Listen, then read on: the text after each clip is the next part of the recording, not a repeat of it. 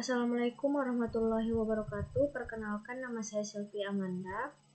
Di sini saya akan merekam video menyimak saya secara singkat untuk menghemat waktu. Berikut adalah video menyimak saya.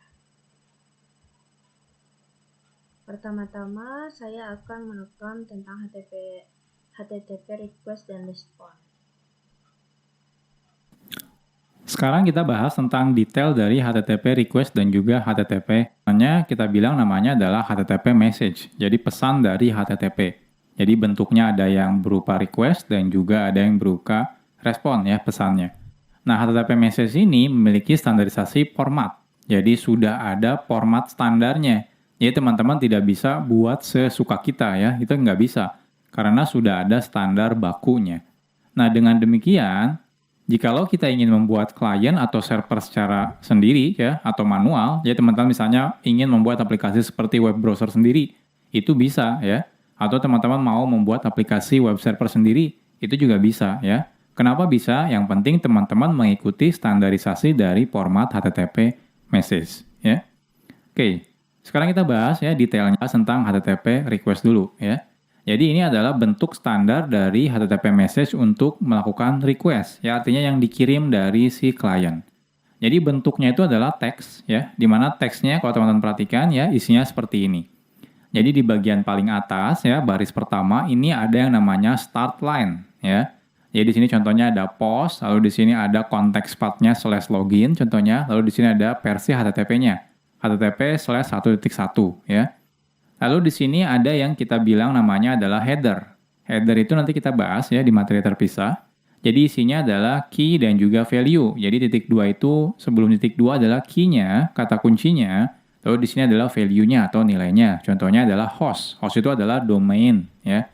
Jadi host itu isinya domain, contohnya example.com atau programmerzamano.com atau facebook.com atau youtube.com seperti itu. Nah, kalau di sini ini adalah konteks path-nya. Jadi kalau URL itu sebenarnya gabungan dari host ini, domainnya dengan konteks path-nya. Dan ada header-header yang lainnya, nanti kita bahas ya lebih detail.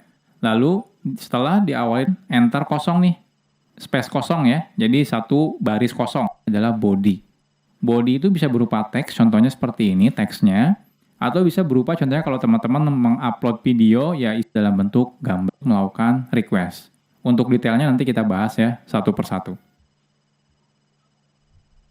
Mau belajar HTML, CSS, dan JavaScript gratis selama 10 hari? Join RevoU Fundamental Course saja. Selama 10 hari, kamu...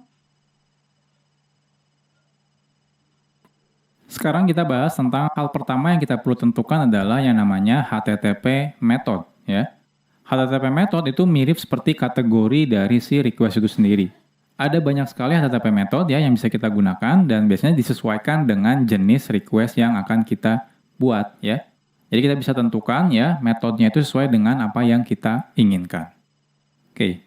Jadi kalau kita perhatikan lagi dari spesifikasi dari HTTP message sebelumnya di baris pertama itu ada yang namanya start line. Nah, di sini di kata yang paling pertama itu namanya adalah HTTP method. Ini contohnya ada post, ada banyak ya. Nah, ini contohnya adalah post. Oke, kita bahas lebih detail yang seperti menggunakan si post ya. Oke. Jadi ada banyak sekali jenisnya ya dan kegunaannya pun bisa ditentukan ya untuk apa. Jadi contohnya ada yang namanya HTTP method get.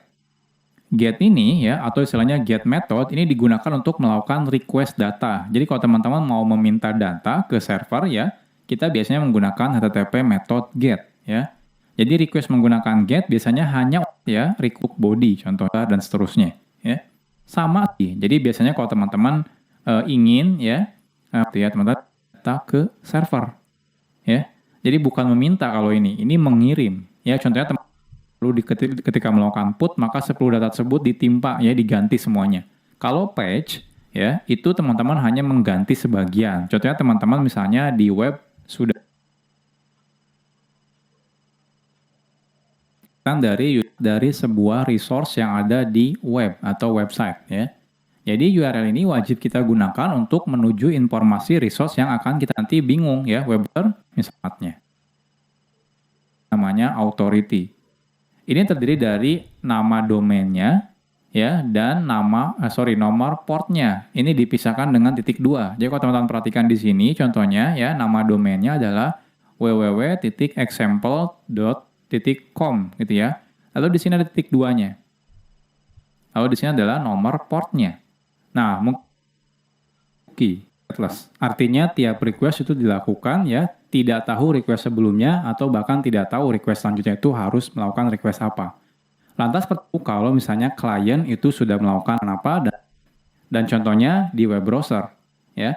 Jadi saat teman-teman nanti dari HTTP server ya memberikan data yang berupa cookie, itu nanti akan diterima oleh si web browser dan disimpan di dalam menerima data suksesnya ya, respon suksesnya plus data cookie sessionnya. Cookie session ini berisi biasanya informasi dari kalau si klien sudah berhasil melakukan login seperti itu ya.